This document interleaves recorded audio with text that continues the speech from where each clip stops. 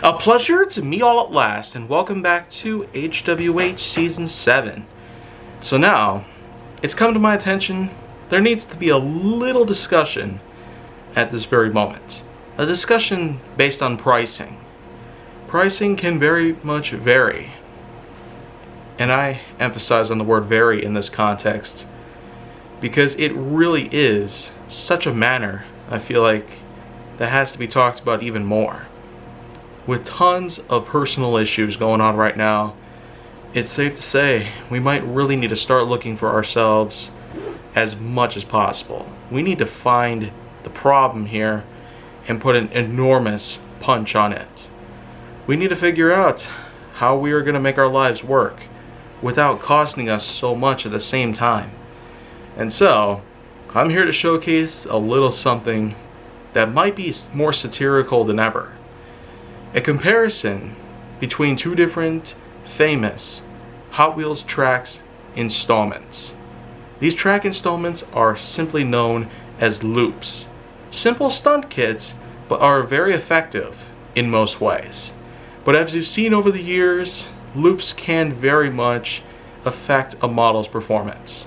No matter the car you own, no matter if it's a track star or if it's a real racer with realistic detailing, it's safe to say the loop can in fact really affect one's performance. But this isn't really just going to be a showcase between a model with a splitter and a model with perfect flush lining. This is actually going to be more or less about two kinds of loops that I currently own. And so, let's get started by introducing the loops themselves. This is a $1 loop. I'm serious when I say that it's $1. Bought it off of a Dollar Tree, and they have several other different types of Hot Wheels related stuff as well, all for only the price of a single dollar. Can you get a lot of bang from your buck? Well, in comparison to some other Hot Wheels track that I've owned, it seems to be the exact same quality, as opposed to what we've seen with straight track extensions and whatnot. Not to mention, this is the loop base complete with ramps. And these ramps are supposed to be, by any means, the ways to actually allow this long piece of straight track to connect to them to form a loop. $1 versus what you see behind me the whole entire time. You've basically been looking at the one and only Track Builder Unlimited Triple Loop Kit. $30 it cost me to get this thing. If you've probably seen from episode 1 of this whole season, this was part of a huge unboxing that I managed to do. Several whole months of waiting just to open this guy up. And as you've seen in a few other episodes of HWH Season 7, you've probably known that this has been really effective in allowing certain models to be shown by any and all means. And I'm more than happy to have this thing around in my HWH collection. Lots of materials that I basically have collected over the past several years, so I can potentially make anything at all on this channel. So, of course, here we have a $30 loop and a $1 loop. The real question in this video will basically ask, which one is better, quality-wise and performance-wise? Well, let's just go ahead and cut. And so, what we got here is basically a $1 loop that's currently unassembled, but let's just go ahead and take care of that. How it should be done is pretty simple. Lay the base on a level surface like so, and then connect this long piece of straight track together. Just like that. And bada bing, bada boom. We got ourselves a fully functional loop. It's pretty small in comparison to this. It's slightly dwarfed by the yellow segment here. Basically the smallest loop in the triple loop set. Nonetheless though, I feel like that it might actually do some pretty cool stuff. Of course, the straight track in this also has these little sort of divots that pop out, as you can see, where it's basically just like this. It's like little lumps that stick out. And that's because the sidewalls are being compressed by the pressure. And so that pretty much just cuts that part. Meanwhile, when it comes to the assembly of this, $30 simply gives me something that basically has more than 10 pieces altogether. This one's a separate piece, this is a separate piece, this is a separate piece, this comes in 3 pieces, this comes in 4 pieces, and this also comes in 4 pieces. So in total, you have yourself nearly 20 pieces altogether. The top part basically doubles as a carrying handle, as you can see up here. But it also came with several other pieces as well. You also got these 2 here. So again, compared to just having 2 pieces with this loop, this one can give you at least 20 to work with. It also came with a few other pieces, including some straight track as well as a yellow cup, pretty much for stunt related purposes, and not to mention its own launcher. So in total, there's more pieces compared to this.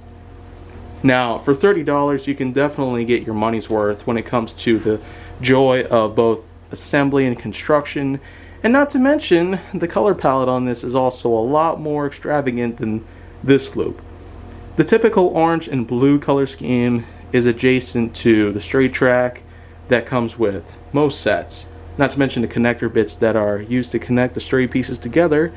Meanwhile, what we have here is a slightly different shade of blue, almost more like a cerulean sort of color. You also can't forget about the nice cyan blue on the top piece, some nice vermilion red, fire orange, as well as some lemon peel yellow.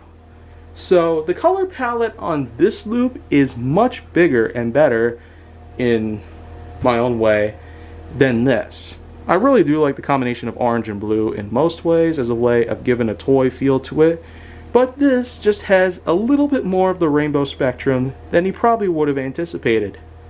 Now, a third thing that we're going to take a look at is performance. I got some straight track here with high sidewalls, which definitely beats this any day, because they can be a little more flexible and also a little better in terms of quality and feel. But nonetheless, no matter the product or the price, I would very much like to demonstrate exactly how this is supposed to work.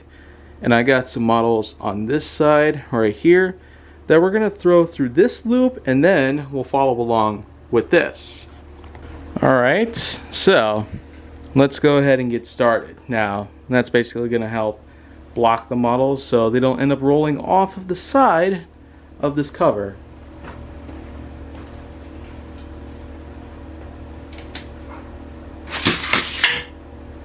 Well, so far, that's just one model out of what I'm going to be testing for this very moment.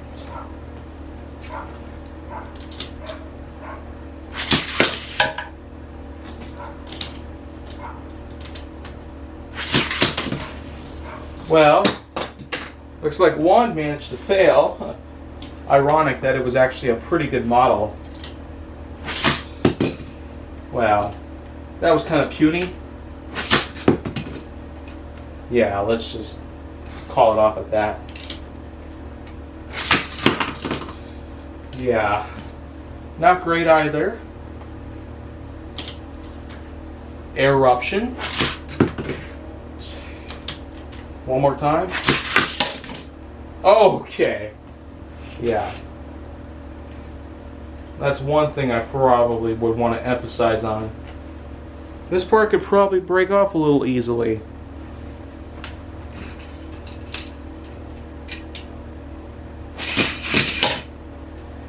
So I basically just sent 7 models. I'll definitely go pick up the Speed Shark. But this loop basically was able to do pretty well in terms of allowing cars to go all the way through.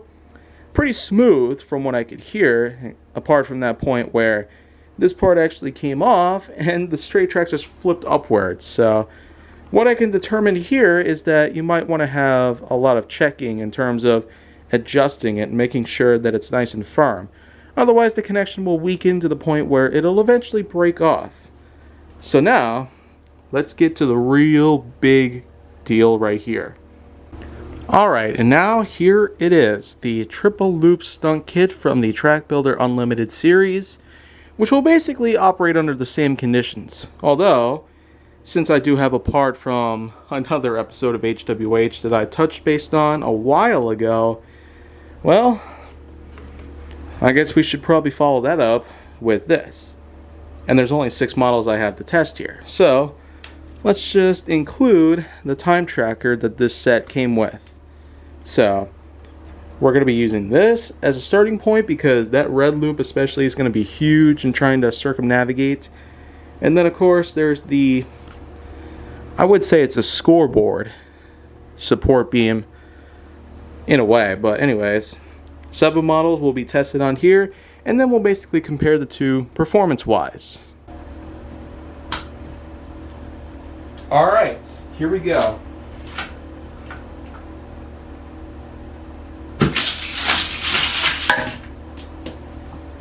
Well, that was a pretty good start.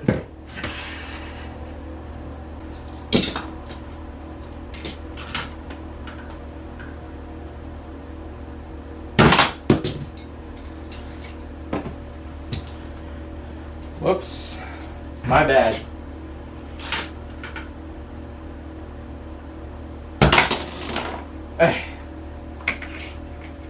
Yeah, let's just try manually, as in with my hand. That didn't work either.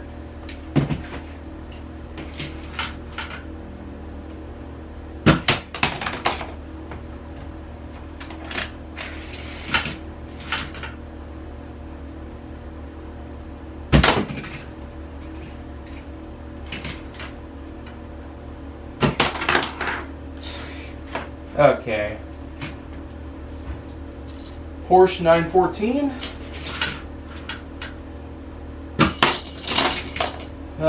And they all keep flipping over. Oh well.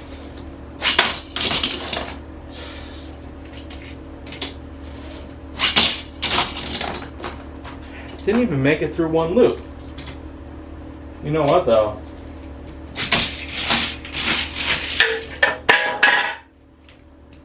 Yeah, I suppose we'll call that a win. That was pretty loud. What you just heard from this piece. Let's just set it back down horizontally for the other 3 that I have here to work with.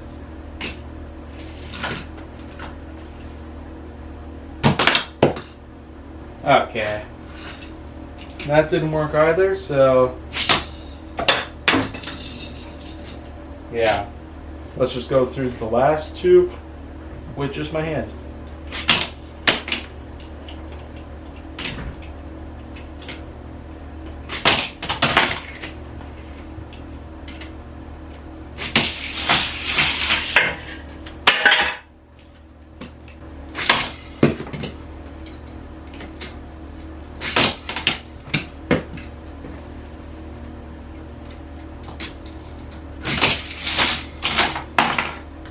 Yeah, okay.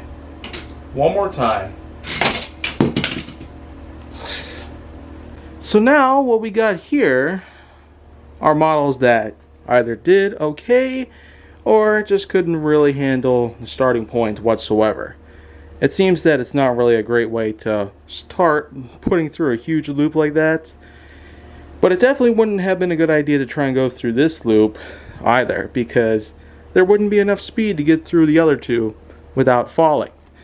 And so, that basically is just that. It's a great set, but if you can only do it perfectly well, then the car is going to smoothly run through all 3 of the loops, just like that.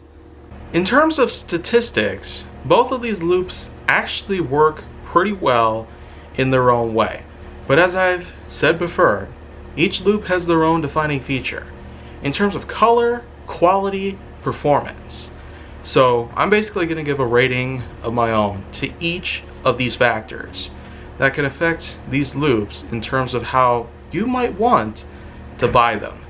So in terms of the $1 loop that I bought from Dollar Tree, 1, it does have quality that's a bit on par with most cheap-in variations of Hot Wheels straight track. And the second quality is that I find the color scheme to be pretty impressive by any means. But the simple tone of orange and blue only goes so far. A two-tone color compared to a five-tone color at the very least. So, anyways, the $1 loop, in terms of its quality, will get itself a fair 6.3 out of 10.1, and in terms of its performance, it'll have itself a not so great 5.6 out of 10.1 because it can come apart easily if you're not careful. Its color palette though, simple but effective, 7.7 out of 10.1. Now moving on to the triple loop configuration from the Track Builder Unlimited series, a total cost of $30 before tax. And as such, its color palette is incredible, its design and quality is unbelievable, enough to make the price totally worth it, even with taxes being too high. And then in terms of performance, you have yourself quite a bit of a challenge to accomplish. So of course, it's pretty hard to try and use your hand as a way to start the vehicle and get enough speed while also staying within the track before the loop begins. In terms of color, I give it an impressive 8.9 out of 10.1. Performance, unfortunately, is going to suffer the most here. 5.9 out of 10.1. Quality, on the other hand, though, gets a steadily massive 9.7 out of 10.1, thus making the $30 loop even more better in terms of value compared to the $1 loop, but it is still great in its own right. Anyways though, that is just how I have a ranking on each of these pieces. So tune in next time for another piece of HWH, and I'll see you then.